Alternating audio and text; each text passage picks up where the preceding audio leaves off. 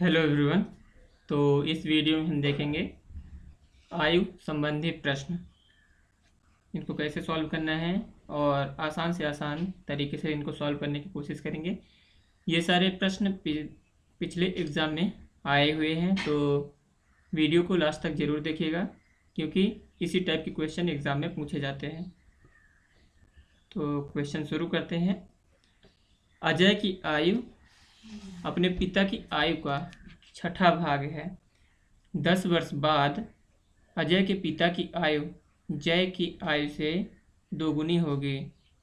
यदि जय का 7वां जन्मदिन 3 वर्ष पूर्व मनाया गया हो तो अजय की वर्तमान आयु क्या है। तो चलिए इसको अब सॉल्व करते हैं। तो जैसा बोल रहा है, अजय की आयु अपने पिता की आयु का छठा भाग है ना। तो अजय की आयु मैंने पहले नोटेशन देख लेते हैं।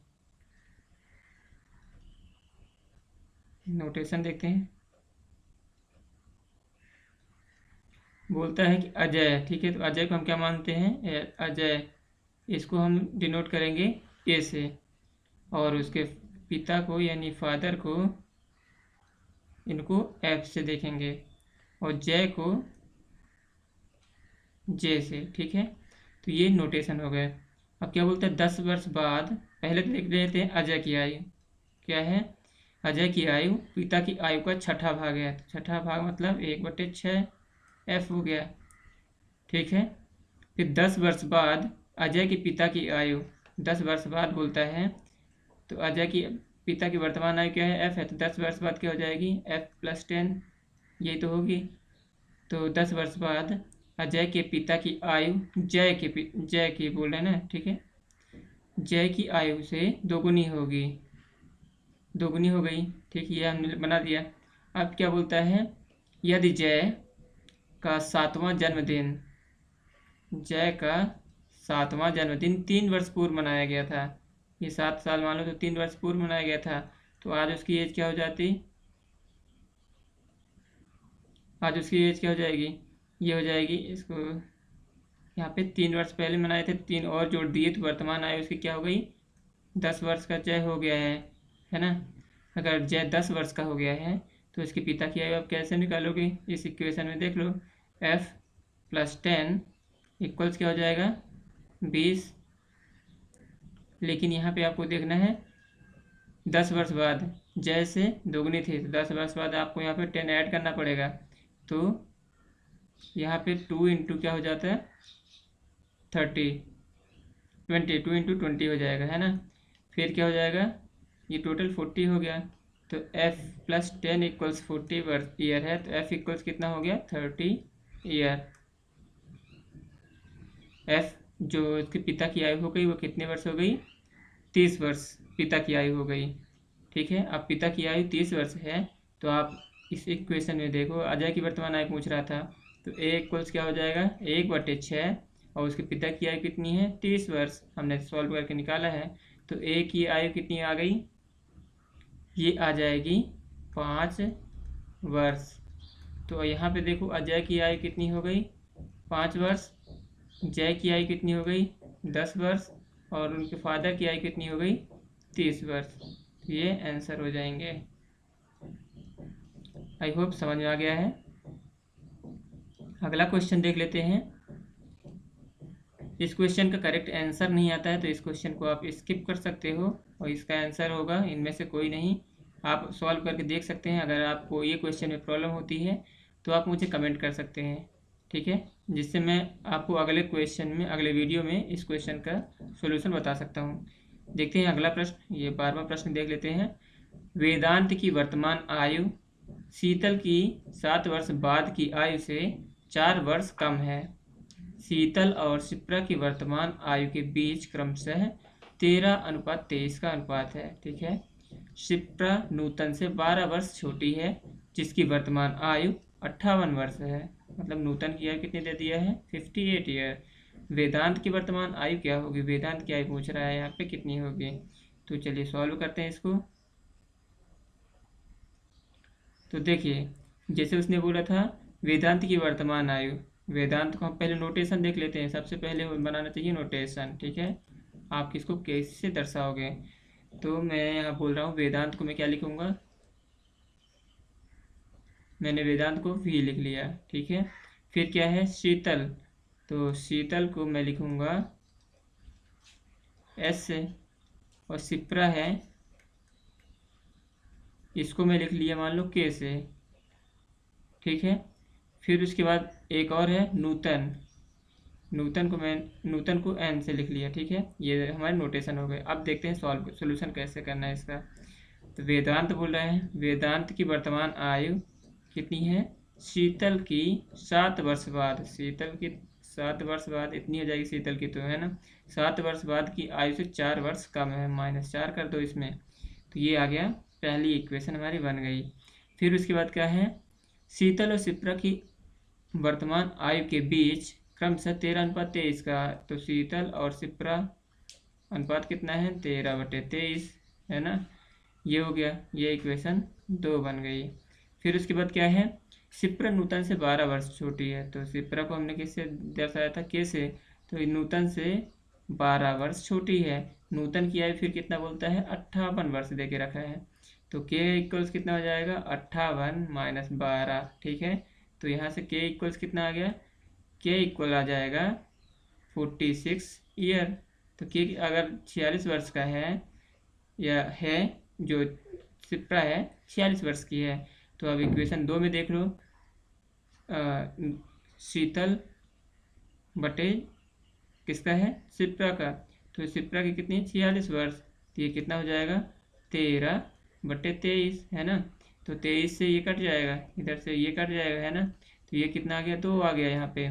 तो शीतल की आयु कितनी हो गई 13 × 2, तो शीतल इक्वल्स कितना हो गया 26 वर्ष, शीतल की आयु आ गई 26 वर्ष। अब शीतल की आयु 26 वर्ष आ गई आपके पास, तो इक्वेशन 1 में देखिए, तो वेदांत की आयु बराबर कितनी हो जाएगी शीतल की आयु +3, तो शीतल की आयु कितनी है यहाँ से 26 वर्ष है, तो यहाँ पे आप रख दो, तो ये कितनी हो जाएगी 26 वर्ष +3 इक्वल्स कितना हो गया 29 वर्ष।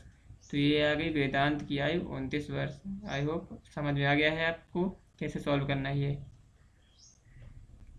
अगला देख लेते हैं, क्वेश्चन है राधा की वर्तमान आयु उसकी पुत्री की वर्तमान आयु से 4 गुनी और उसकी माता की आयु से 3/4 है, ठीक है।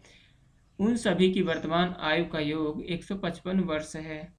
राधा की वर्तमान आयु और राधा की माता की वर्तमान आयु के बीच का अंतर क्या होगा, ठीक है। तो ये डिफरेंस पूछ रहा है, तो चलिए इसको सॉल्व करते हैं आसान तरीके से। तो देखिए राधा की वर्तमान आयु क्या बोल के रख, हम पहले क्या बनाते हैं नोटेशन बनाते हैं, ठीक है। तो पहले नोटेशन लिख लो, तो नोटेशन में हमने क्या माना राधा को किससे बना लिया आर से। फिर क्या है उसकी पुत्री को क्या बोल सकते हो डॉटर बोल सकते हो, और उसकी माता को क्या बोल सकते हो मदर बोल सकते हो। तो ये तीन आपने नोटेशन बना लिए। अब क्या बोलता है राधा की वर्तमान आयु, ठीक है। राधा की वर्तमान आयु आर मान लिए, ये सभी हमने वर्तमान आयु ली है, ठीक है। तो राधा की वर्तमान आयु मैंने आर मान ली, ठीक। तो उसकी पुत्री की आयु से 4 गुनी, ठीक है, तो 4D हो गया। पुत्री की आयु से 4 गुनी है राधा की वर्तमान आयु, उसकी पुत्री की वर्तमान आयु से 4 गुनी और उसकी माता की आयु से 3/4 है, ठीक है। और ये बराबर कितनी है माता की आयु से 3/4 है, तो 3/4 एफ मदर हो गया, 3/4 टाइम्स मदर आ गया, ठीक है। उन सभी की वर्तमान आयु का योग कितना दे के रखा है, तो मतलब राधा की आयु प्लस उसकी पुत्री की आयु प्लस उसकी माता की आयु, इन सभी का योग कितना दे के रखा है 155 वर्ष, 155 वर्ष हो गया। अब राधा की वर्तमान आयु और राधा की माता के बीच में मतलब आपको क्या निकालना था, आपको निकालना है R - D, R तो छोटी हो जाएगी, तो D माइनस क्या कर रहा हूँ राधा की माता की आयु और राधा की आयु के बीच का अंतर निकालना है, तो ये आपको फाइंड करना है, ठीक है। आपको सॉल्यूशन इसका निकालना है। तो देखिए कैसे सॉल्व करते हैं इसको। यहाँ से आप किसी एक में इसको सॉल्व कर लीजिए, तो किसी एक की आयु आपको तो मिल जाएगी। आर मान लीजिए आपको आर में निकालना है, तो आर निकालना तो आर हो गया। अब डी को आर के फॉर्म में लिखेंगे तो कितना आ जाएगा R/2, 4 डी डी इन दोनों को सॉल्व करोगे तो डी बराबर क्या लिखोगे r/4। तो यहाँ पे मैंने लिख दिया। अब उसकी मात्रा को भी आपको किस फॉर्म में लिखना पड़ेगा, आर के फॉर्म में। तो ये हो जाएगा 4/3 आर बराबर कितना हो जाएगा 155, है ना। तो अब क्या हो जाएगा, यहाँ पे कितना आ गया आर,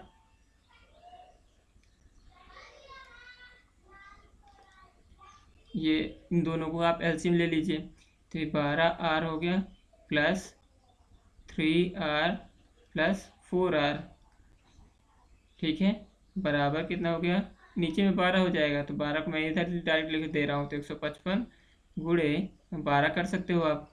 तो ये कितना हो गया 12 4 16 3 19r, 19r बराबर क्या आ गया 155 गुणे 12। तो अब इसको r इक्वल्स कितना हो जाएगा 155 गुणे 12 बटे 19। तो ये आपको r मिल गया। अब आपको उसकी मदर की आयु निकालनी है तो m इक्वल्स कितना हो जाएगा, आपने देखा था 4/3 r लिखा था।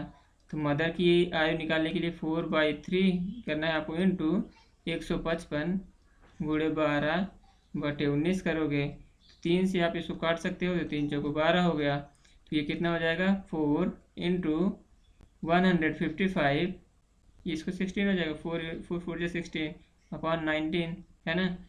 तो अब क्या करोगे m माइनस आर करना है।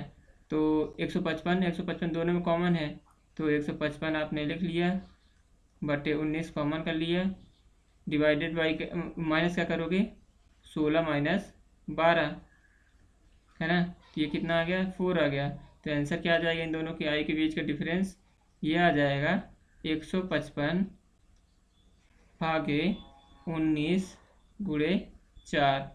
ये आंसर होगा उनकी माता और उनकी आयु के बीच का, मतलब राधा की माँ और राधा की आयु के बीच का अंतर कितना आ जाएगा 155 बटे 19 गुणे 4 वर्ष।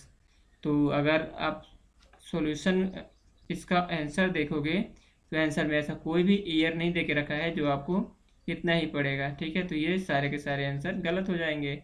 इसका आंसर कौन सा हो जाएगा, इनमें से कोई नहीं। आई होप आपको समझ आ गया होगा। देखते हैं अगला क्वेश्चन। 14 नंबर का प्रश्न है, विमला का विवाह। ऐसा करते हैं, ये क्वेश्चन हम अगले वीडियो में देखेंगे। वीडियो बहुत ही लंबा होता जा रहा है तो मिलते हैं आपसे अगले वीडियो में। तब तक के लिए हैव ए नाइस डे।